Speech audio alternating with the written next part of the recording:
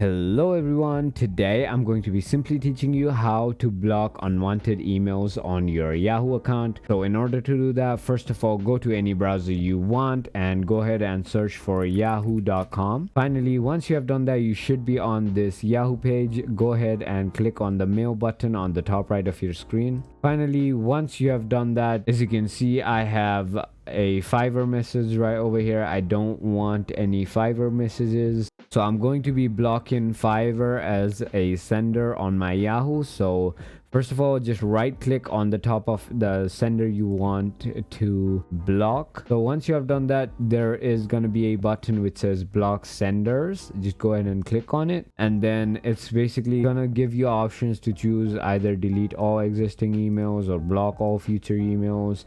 You can basically tick mark it. I'm just going to do all of it and go ahead and click on OK. And congratulations, you have successfully blocked the unwanted emails on your Yahoo account. If you thought this video was informational, feel free to hit that subscribe button, hit that like button, and thank you for watching.